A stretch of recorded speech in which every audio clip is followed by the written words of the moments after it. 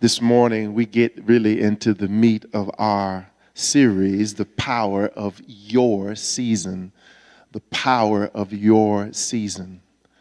The power of your season. Today, I want to begin, we get into the heart of it, meat of it, the power of singleness.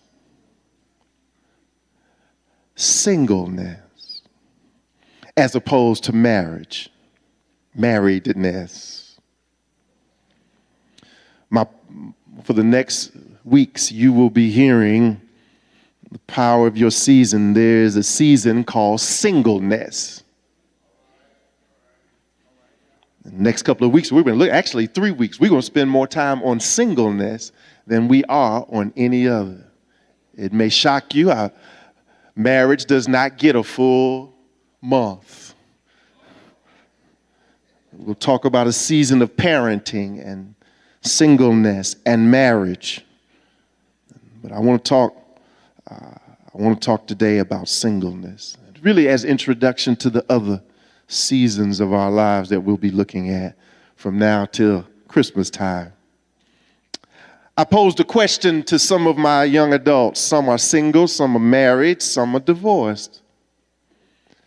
I said, what is the power of singleness? Listen to some of their responses. You find out what your true attention desires really are. And usually it's not God. Singleness reveals where your level of commitment is, especially if your singleness is not by choice. Offers the chance to step back and dissect other relationships with unbiased eyes, looking for the dynamic, what works and what doesn't work. Power. See, if you move into an intentional season of singleness, God begins to reveal yourself to you. Because now you're not focused on anybody else but yourself. Singleness, flexibility. I like the way they put this in parenthesis and said flexibility can be presumed that you have more time and thus taken advantage of. Singleness offers a divine perspective. We get to experience new situations more often, so we're less prone to complacency. Some said freedom from and freedom to. It was a whole list of those. Freedom from, and freedom to cling, and freedom from having to report in all the time. Freedom from, freedom to. The wisest man that ever lived wrote this: for everything there is a season and a time for every matter under heaven. Ecclesiastes 3:1, for everything there is a season and a time for every matter under heaven. He then begins to list 14 different times and seasons that we all experience through life, beginning with a time to be born and a time to die. Singleness is a season of life that we all experience. Why? Because of the simple reason we're all born single. You never think about it that way. And even if we marry, we're going to die single. Unless the unusual and sometimes rare example of a spouses dying at the same time. For the most part, one goes before the other. You were born single, you're going to die single. You never thought about it that way. Given the fact that in this present day that we live in, people are getting married later in life and living longer at the same time. And overall, marriages don't last as long as they used to. That death do us part ain't holding too sharp with us no more. The possibility of living single may end up being the longest season of your life.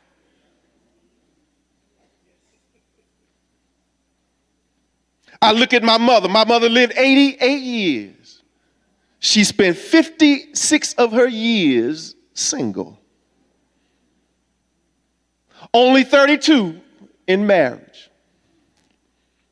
56 of her 86 years in a single. One as a single young woman, one as a young widow. My grandmother was just the opposite. She lived for 87 years, 56 of her years as a married woman.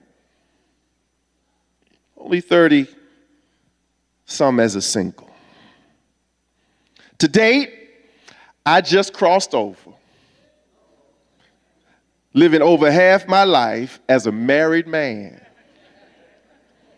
And that just happened in the last year. You see, brothers and sisters, what I'm trying to get across is simply this, that singleness is not an abnormality. Singleness is not an abnormal or abnormality. It is simply a way, and it's not simply a waiting or preparation period for marriage. As one person I polled observed, this season is not seen as fun or free and prosperous to a lot of people. Singleness, but let me tell you, singleness is a God-designed and ordained season in all of our lives. Its length is determined by the will and the plans and purpose of God Himself, and it is a powerful season in our lives. It is while we are young and single that we learn the basics of what it means to be human, to be a man, to be a woman. We learn about God. We learn about self and others. It's during these younger years of singleness that we learn that our personalities and they're formed and our life trajectory takes off in our young single years. Miles Monroe puts it this way about singleness. It was helpful observations. He's put it this way. He says, singleness is the most important state of human development. Secondly, singleness is the foundation for God's design for the family. 3, God began the human family with one single human being, not a couple. Number 4, God forever established the foundation stone of all relationships, and that is a single individual. That's why I begin this series with the season of singleness and not the season of marriage. Some may never experience marriage, and some who do, like my mother, for whatever reason, spend more time in their single years than they do in a married season. The season of singleness includes childhood and teenage years and a young adulthood. It includes widowhood. It includes divorces and senior years. Each has its own character, joys and sorrows, challenges and setbacks. Each is a part of life. Not to be avoided, not to be rejected or minimized. The season of singleness has value in and of itself. No one is less because they are single. And I need a few more amens, because there's more of y'all single in here than it is married. Amen. My mother's boy laughing at me. Amen. It's true. Couple of things. Why singleness is powerful. The power of your season of singleness. Whether young and single, whether looking or not looking, whether widow, divorced, whether not looking, whether hoping, whatever. Whatever you're single, it's powerful. It's powerful for a couple of things. Hopefully it'll change your thinking about this season of singleness. Number 1, singleness is powerful because it is a gift from God. Now, I know our world does not see singleness as a gift. We live in a culture where singleness is seen as a problem to be avoided. But singleness is a gift. Paul says it clearly. Now it's contested. Verse 7. He said, I wish all were as I myself am. But each has his own gift from God. Paul at this point in his life was single. I had never dawned on me, never in all these years, 30-some years I have been preaching, teaching in seminary, 2 different seminaries, one in Washington, one in here. It never dawned on me to think that Paul might have one time been married in his life. We do not know. The text does not give us any clarity as to whether he was married or not. We know this about a couple of things. One, he was a Hebrew of Hebrew. He was a Sanhedrin court. He was a Pharisee of Pharisees. And you did not belong to you could not be a member of the Sanhedrin court unless you were married. Every good Jewish man who was a good Jew, so to speak, got married by 18 years old. And to be a part of the Sanhedrin court, they had to be married. So it would not be, and I can't say whether he was ever married or not. I just know when he wrote this, he was single, but he could have been married before. He could have been a widower.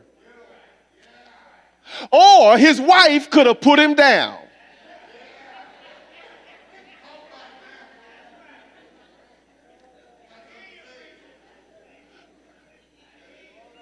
His wife could have kicked him to the curb. You know why she may have done that? Because he accepted Christ.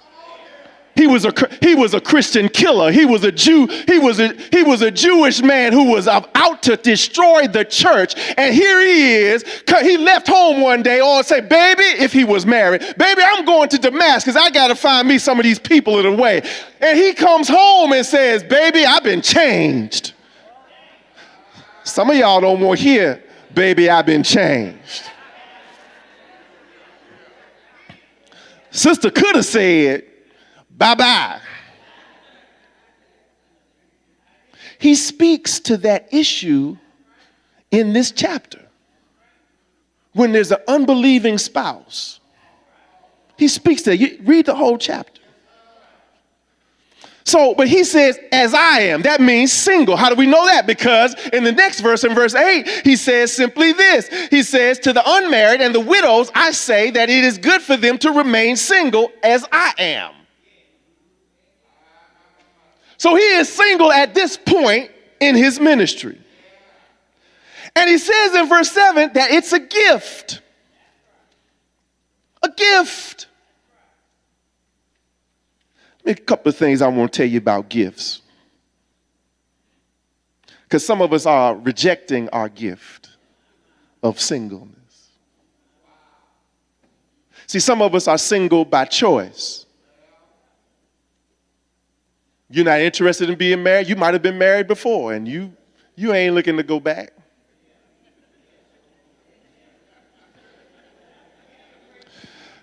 Some of y'all widows or widowers, and you said, I ain't looking to go back. I did it once. I ain't doing it again.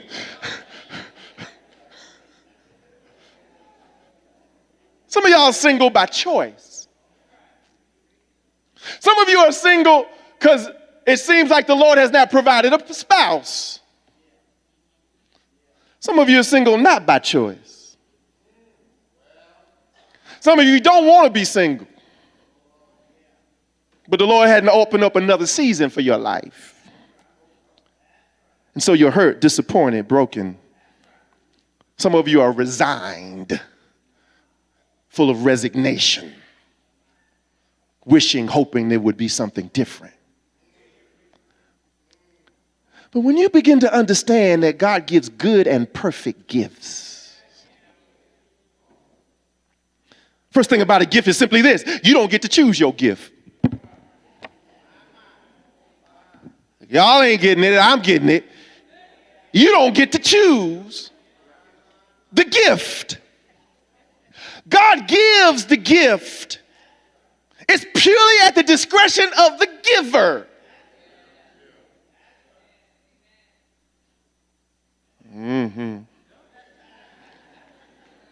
The gift of singing. I know where I am. I know that I'm on tough ground right now. And I know this don't feel good right now. I understand where I am. See, the gift of singleness is not like your Christmas gift. In my house, we walk around asking everybody, what do you want for Christmas? Because we want to give a gift that the person would need or desire. My children will ask me, Daddy, what you want for Christmas? And I'll tell them nothing. And then they'll send another one. All three of them had to ask me. And I'll finally tell them something. But you know what? This is not the gift of singleness. There are some gifts you don't ask for. Let me back up. Y'all not getting it. Paul was given a gift of suffering, a thorn in his flesh. We do not know what it was. And Paul said, I don't want this gift. Matter of fact, he said, Lord, he asked the Lord 3 different times to let this gift pass. And the Lord said, no, my grace is sufficient for you, for my power is made perfect in your weakness. That's a gift that God had given that Paul wanted to reject. And some of y'all, because I can't say I'm single no more. She ain't left me yet. She's sitting right over there. Raise your hand, Sister Park. She's still there. All right. So the best I can say is y'all are rejecting the gift that God has given you. Now, don't worry about it. When I get to married folks, some of y'all are rejecting the gift of marriage. Y'all want to be somewhere else. Y'all wish there was somebody. It's amazing. It is amazing. When you're single, you want to be married. Then when y'all get married, you won't be single all over again.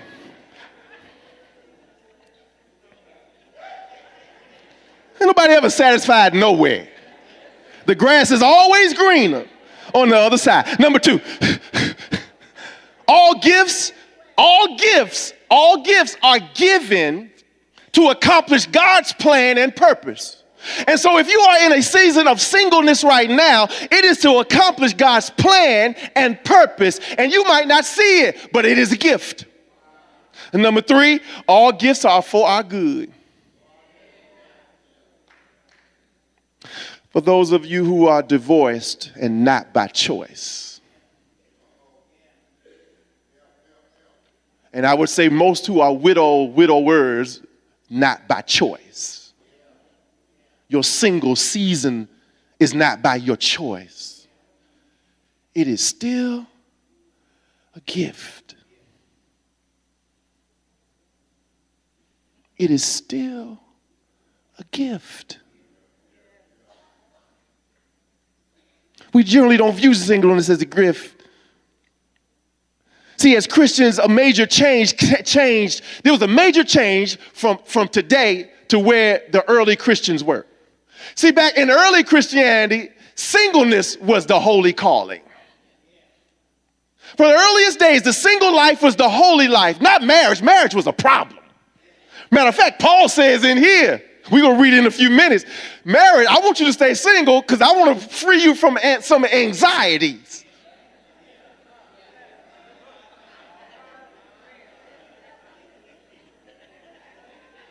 I was reading it. No, let me read the text. You don't believe me. In verses 32, I want you to be free from anxieties. Chapter 7, verse 32.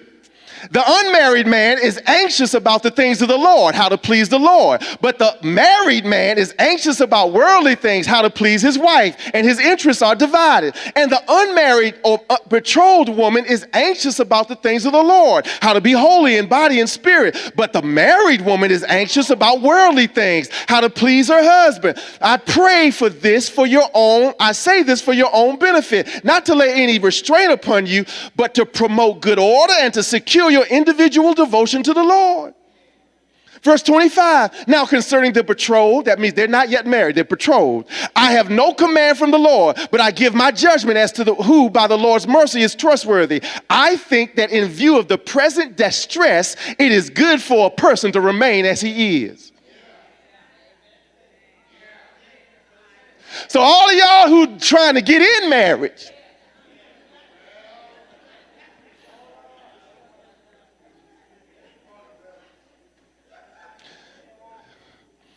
but this ain't the sermon on marriage.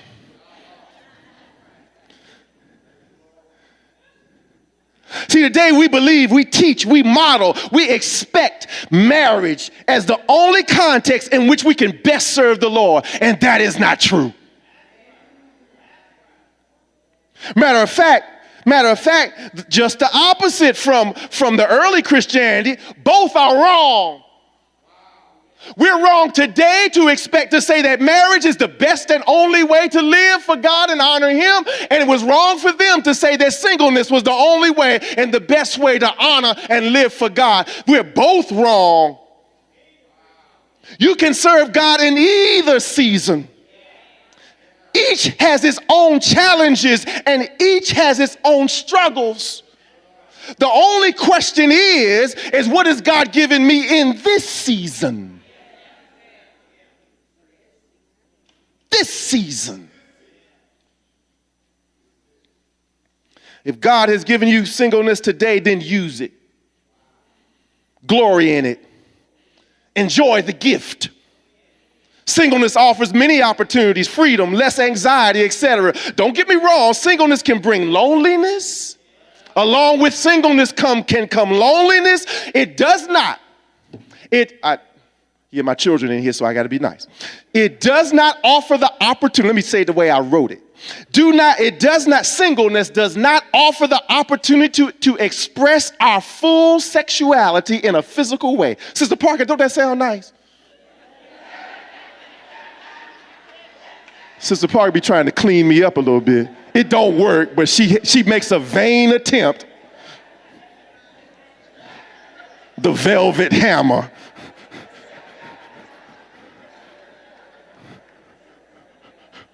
Let me repeat that for those of y'all didn't miss it, and then I'm going to put it in I'm going to Parkerize it.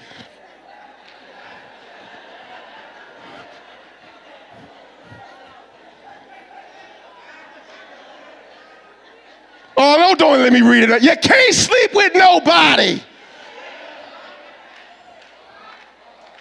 when you're single.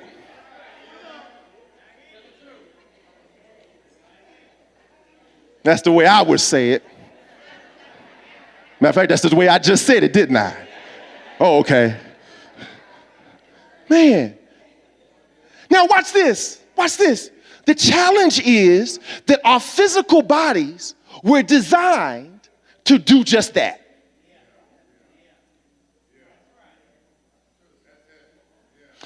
God designed us by physical design to engage in sexual activity.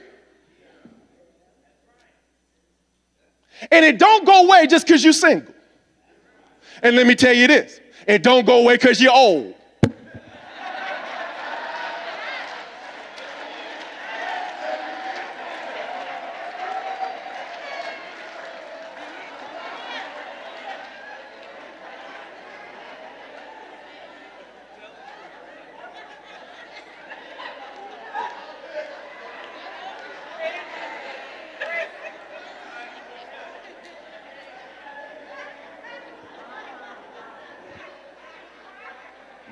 I don't know what some of y'all are thinking.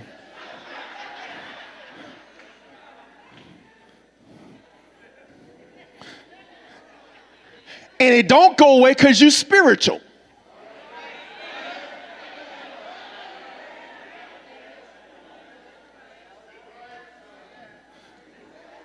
Matter of fact, some of y'all, let me stop.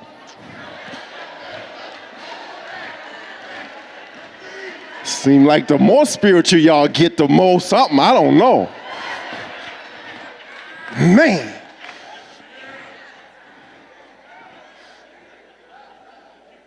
So I'm not trying to deny the challenges of singleness. They're real, but not one is not better than the other. Those who are married, have been married, or you previously married can attest. If they tell you the whole truth and nothing but the truth, they can tell you it wasn't always pretty. And it ain't always nice. Accept the gift that God has given you for this season. Enjoy it, relish it, have fun in it. Stop looking over the fence and singing, I wish I would, I wish I... No, stop it. You are rejecting the gift that God has given you. Number 2. Second reason why that singleness is powerful is because it's a calling. It's a calling. Verse 17. Only let each person lead the life that the Lord has assigned to him and to which God has called him. This is my rule in all the churches. Singleness is a calling from God. And it may not be a calling that you chose or you would choose. I've been free with y'all. The Lord called me to the Golden Gate Church, to the bottom. And if I had my way, y'all wouldn't be looking at me unless y'all were in Washington, D.C. somewhere. I wanted to go home. I don't want to stay here with y'all. I loved y'all. Y'all treat me well. With those 7 years before I got to be pastor, y'all treated me well. You treated my family well. I love every one of you. I love this church home. It has been my church home. Raised my children here. All of that. But you know what? I wanted to go home. Some of y'all understand about wanting to go home. But the Lord called me to Dallas, Texas. He called me to a neighborhood called the Bottom. And if I had been disobedient to God's calling, I would have missed you. I would have missed fulfillment and confidence of knowing where I am and where I'm supposed to be. I would have missed the joy of watching God work rather than me work. I would have missed the freedom from worrying, trying to control. So when you follow God's call, you're free to do what God's called you to do. You ain't got to worry about what nobody else is doing. You ain't got to worry about when stuff don't go right. You ain't got to get up, down when somebody knocks you down, because when you are doing what God calls you to do, when you get knocked down, the promise is he'll pick you up. When you're lost, he'll promise to find you when you're doing what God called you to do. Singleness is a calling. You don't have to worry. Mrs. Parker make me mad. Now, you know, Sister Parker, she don't make me mad. You know, this always my fault. It's always. It's always. Because in your eyes, Sister Parker could do no wrong. Y'all also ought to say amen. You just ought to say amen, because you know you believe that. Because there's a problem in the Parker house. It's got to be me.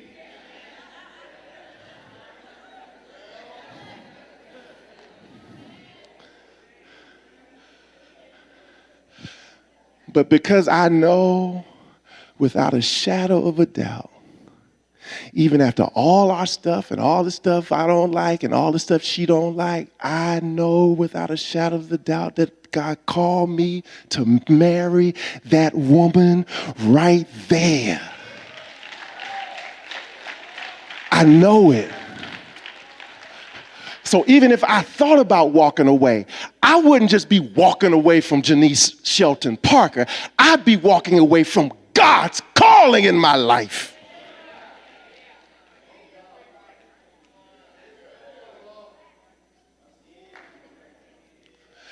Some of y'all were called to singleness and you got married.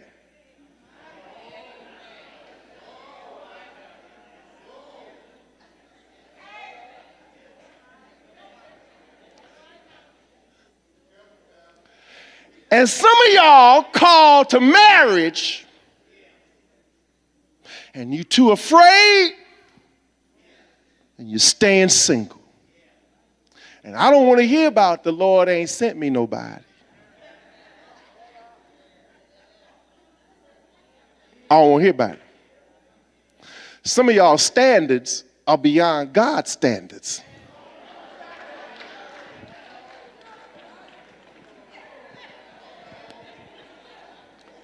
This ain't in the printed text, but and I know I'm late, but that's all right. I'm going to tell it. Some brothers got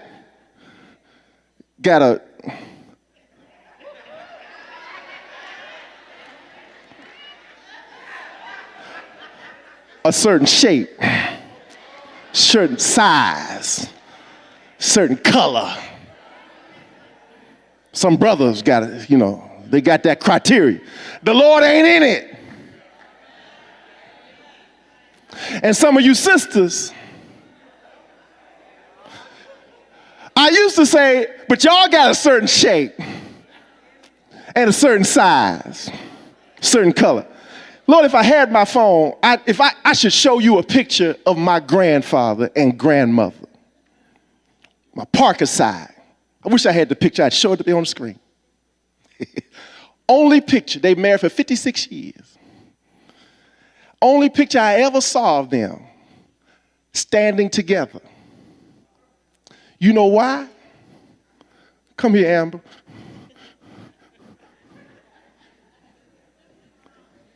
You see this right here?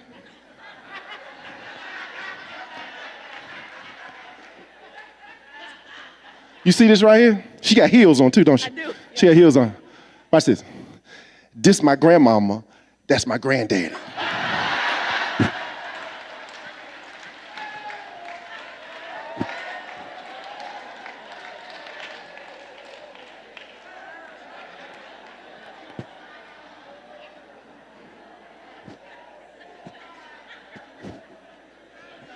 I'll show you the picture next week.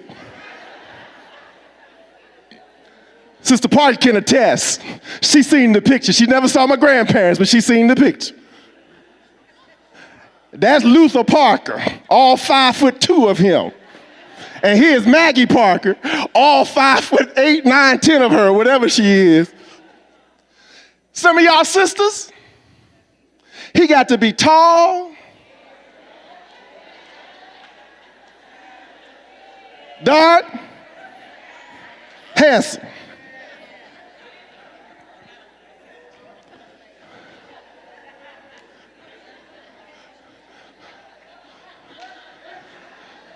Why y'all laughing? Y'all got some criteria. It might not be that, but y'all got some criteria. And y'all have rejected. There's some brothers. Can't get no time with you. He ain't got the right job. Now, he got a job, but he ain't got the right job. He ain't got enough education. And the list can go on. Some of y'all need to be married.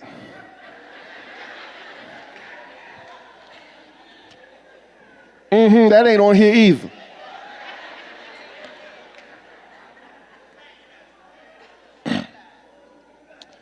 Where does it say that in here? It says it right there. Where's that verse? There's a verse. Verse number 9. If they cannot exercise self-control, they should marry. For it is better to marry than to burn. Some of y'all need to be married.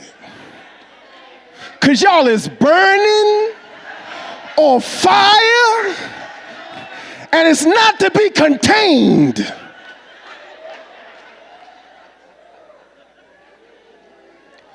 And let me say this, it ain't got nothing to do with age either.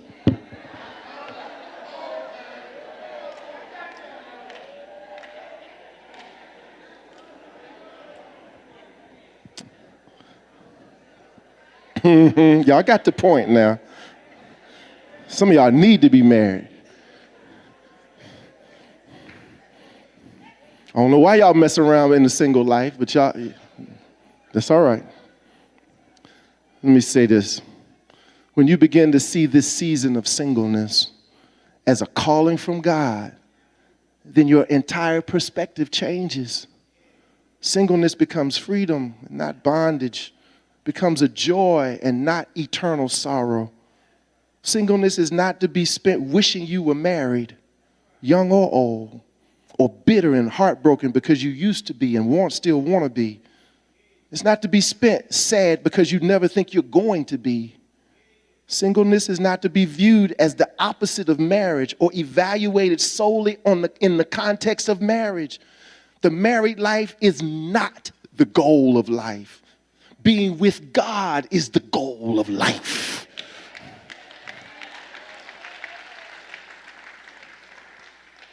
Singleness is of value in and of itself because it's a gift of God. It's a calling from God. And our satisfaction is found in relationship with God, not in relationship to another person, whether married or single. We are called to be like a tree planted by the streams of water that yields its fruit in its season, and its leaf does not wither. And all that he does, he prospers. Psalm 1:3. The season of singleness can and does produce fruit.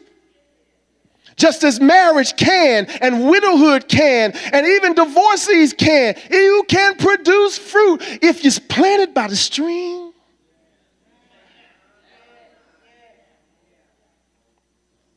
When you get planted by the streams, you'll yield your fruit in your season. The issue is whether each season if you're planted, do you find your nourishment from God? For we will surely prosper if we're planted by the stream. Lest we forget, Jesus was single. And Scripture said he was tempted as every other man and sinned not. At the same time, most of, if not all of the men he called were married. A couple of things, application. So what do you do? What are you going to do with this text today? Number one, you need to accept your gift and your calling. If you are single, accept your gift and your calling right now. Stop rejecting what God has given for this season of your life. Enjoy it. If it's a gift, it came from God, and he's given it to you for your good and for his glory. Enjoy every minute of it. Bask in it. Struggle with the things that come with it. Fight when you have to. Secondly, live in this season. Capital TIHS. This season. How do you do that? You can accept where you are today.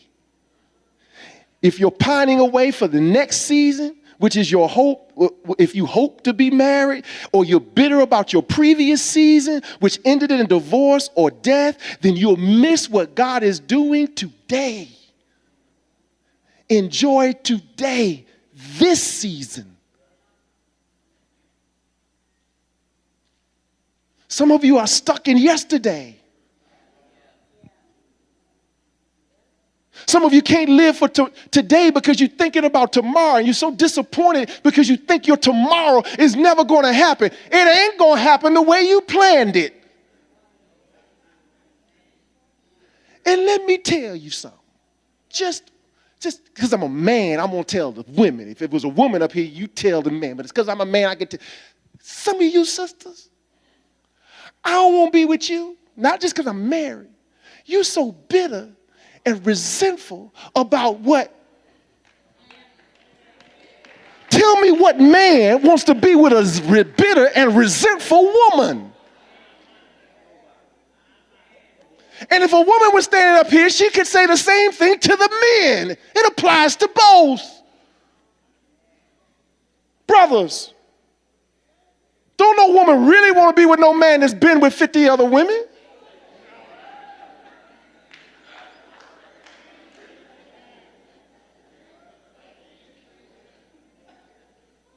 Stop it.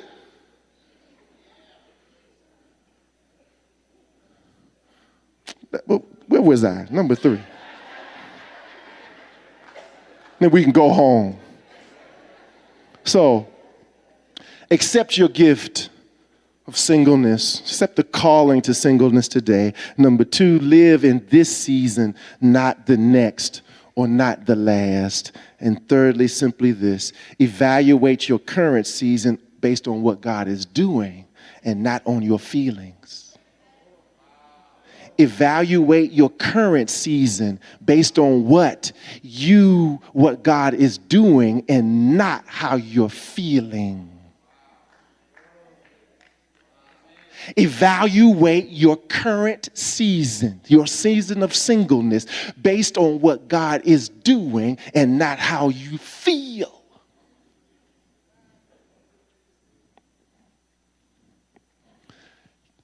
Singleness is a gift. And 3-4 weeks from now, when I talk about marriage, I'm going to say marriage is a gift.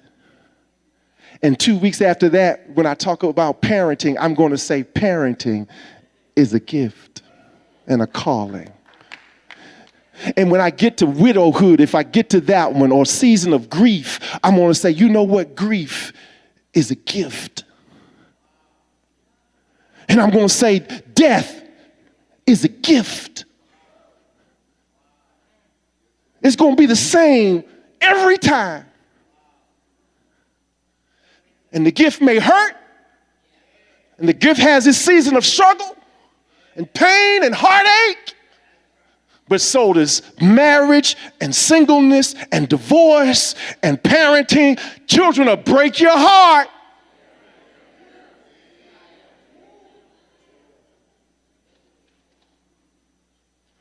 But it's all a gift from God.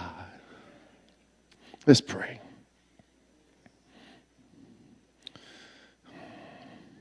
Lord, teach us how to accept the gift of the season that we are in. For all my singles,